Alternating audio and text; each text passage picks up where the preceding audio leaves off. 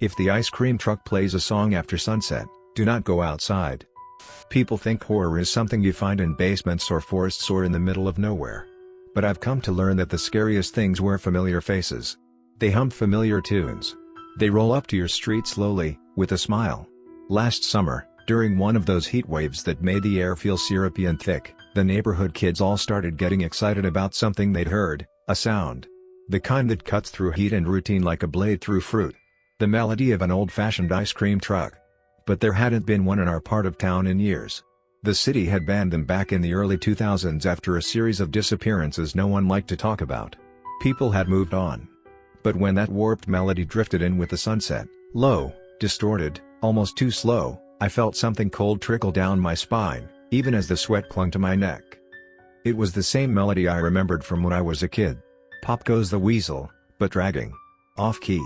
Like it had been warped on a melted cassette tape and looped through an old speaker half covered in rust. I looked out my window, and sure enough, there it was, the truck itself. It looked just like I remembered. Faded pastel colors, a grinning clown painted on the side, its face smudged with age and grime.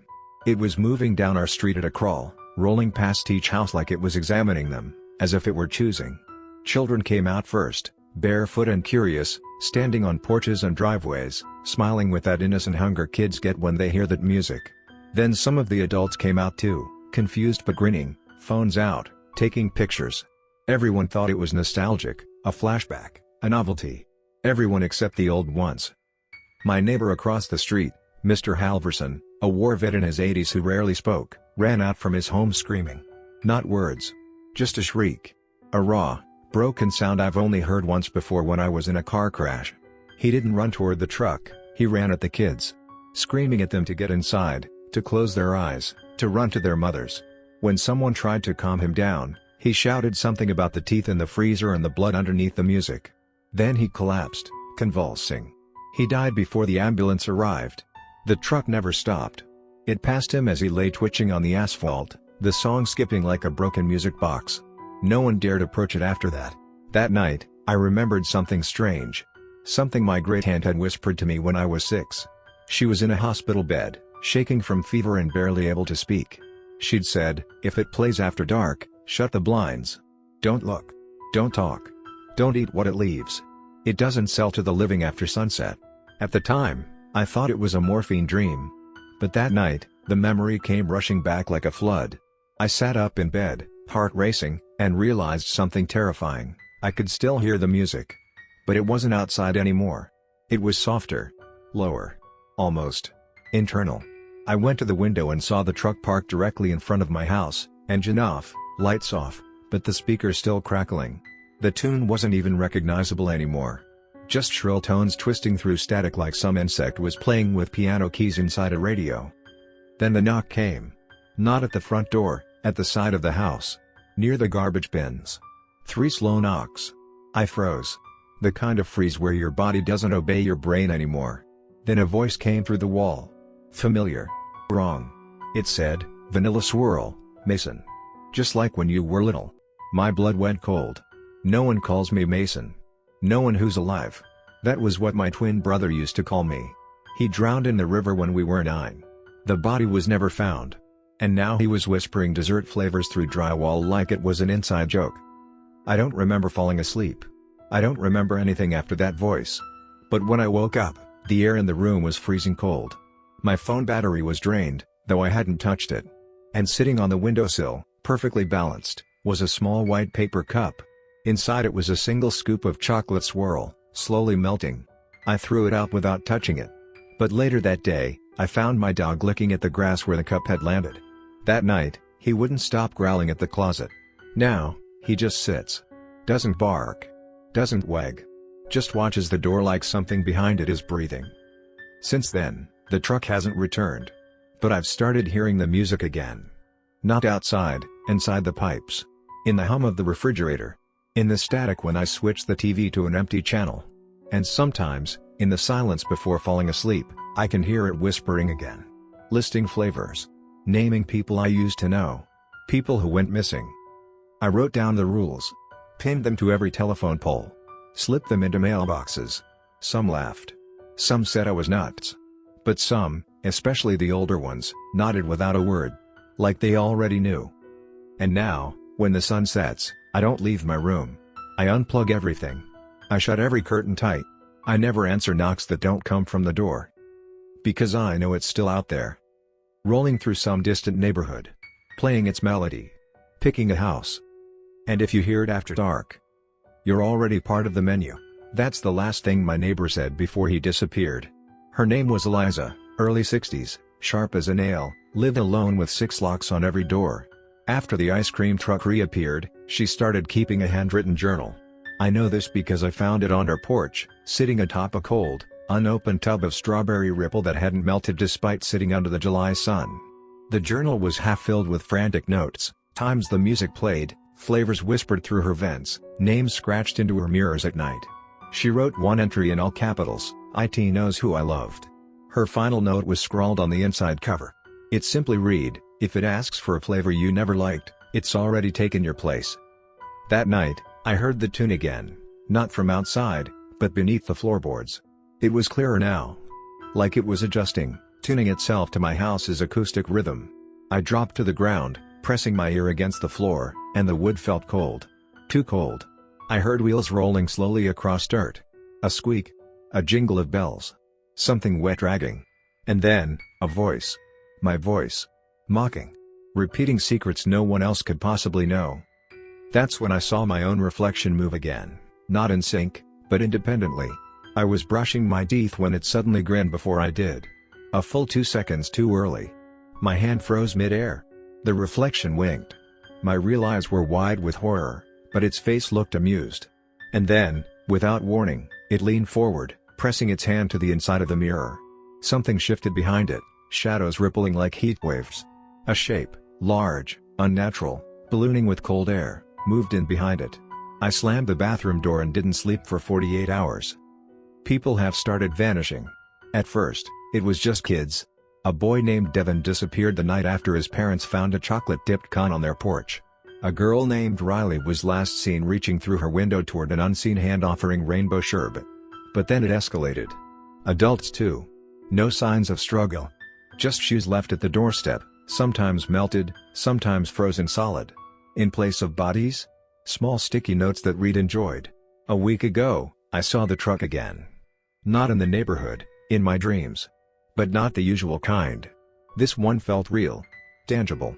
I could feel the gravel crunch under my shoes, taste the sugar in the air, hear the freezer compressor throb like a heartbeat. The truck's window slid open slowly. A man stood inside, at least, I think it was a man. His face was a twisted collage of people I loved, parts of them sewn together in a way that made my stomach lurch. My brother's eyes. My mother's smile. My first girlfriend's laugh. He held out a cone with a flavor I'd never heard of before. Memory swirl, he called it. Very rare. Only comes once. I took a step back. He leaned out farther. His skin was dripping like wax, and from his other hand dangled a child's shoe. When I woke up, the bed was wet. Not with sweat. With something sweet and sticky. I tried to leave town after that. Packed everything, booked a hotel in another state. But the moment I got into my car, the radio came on automatically, full volume. Not music. A recording of me. Screaming. Begging. Crying for help. From somewhere far away. I unplugged it, turned off the car, but the engine wouldn't stop. The air conditioning blasted freezing mist, and for just a second, the steering wheel grinned. I went back inside and haven't left since. The truck never parks for long now. It's moving quicker, like it's building momentum. I see signs in other neighborhoods. Stories online. Urban legends cropping up about people hearing ice cream music in graveyards, in empty malls, in hospital basements. It's spreading. Feeding. Adapting. And it always comes with rules. They vary from town to town, but there's a pattern. Don't open the door if it plays before dawn. Don't answer the bell if the truck has no wheels. Don't eat anything red. Don't drink anything blue. Don't speak if the man behind the window knows your mother's name. But always, always, shut your curtains when you hear that melody after sunset. Because that's not a treat. It's lure. And now? Now the music plays inside my head even during the day. Sometimes when I blink, I see the colors of the truck's decal spiraling behind my eyelids. Sometimes when I cough, I taste freezer burn and burnt sugar. And yesterday, My reflection licked its lips. I'm not sure how much longer I can hold on. So if you see a lonely cup of ice cream on your porch, don't touch it. If the truck slows down outside your house, don't wave. And if you ever hear your own voice whispering a flavor you haven't had since childhood, it's too late. You're not just on the menu anymore. You're the special. That phrase hasn't left me since I found it burned into the back of my bedroom door. I didn't notice it at first. It didn't smell like smoke or char. It wasn't even warm to the touch. But sometime between sleep and not sleep, the words just appeared there, as if the wood had rearranged its own grain to write them. I tried sanding it. Tried painting over it. But the words bled through, no matter what I used. Like they weren't written on the surface, but into the very structure of the house. And ever since then, the world has felt thinner. The air carries that sugary sour smell of melting ice cream at all hours, even when the windows are sealed. Shadows hold their shapes a little longer. When I close my eyes, I hear bells in the distance, chiming at irregular intervals, like some great carousel is spinning underground. There are moments I feel like I've stepped out of sync with the rest of time, like I blink, and the light in the room shifts a few degrees too fast. The clock hands twitch. The fridge hums a tune I almost recognize, and for a fraction of a second, everything in my house seems to pause, as if waiting for my next move. And then it starts again. Sometimes I wake up to find my reflection already watching me, not catching up from delayed movement, but waiting, head tilted. I've stopped using mirrors altogether, but they show up anyway, in spoons, in windows, in the slick surface of a spilled drink. Always smiling. Always a half second ahead. But last night was different. The music came again. This time, not from inside the walls. Not from my dreams. But from underneath the floorboards. My bedroom floor vibrated, ever so slightly, to the rhythm of that damned, broken jingle. I crept to the closet and opened it, and for the first time, there was a small square trapdoor, flush against the hardwood. It hadn't been there before. No seam. No handle. But now it sat like it had always belonged. Waiting. And I knew, I had to open it.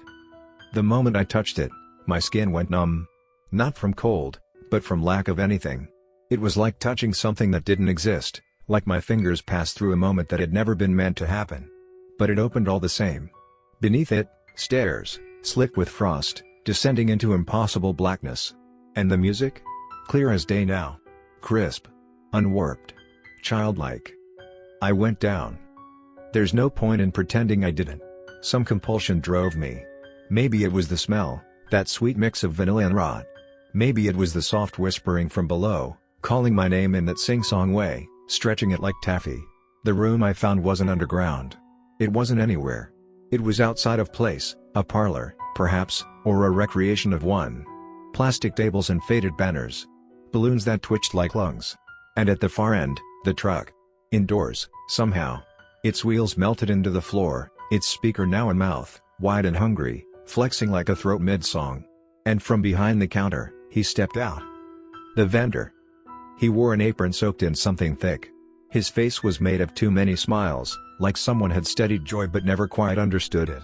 His voice was smooth as syrup and twice as thick. He told me I'd finally been chosen.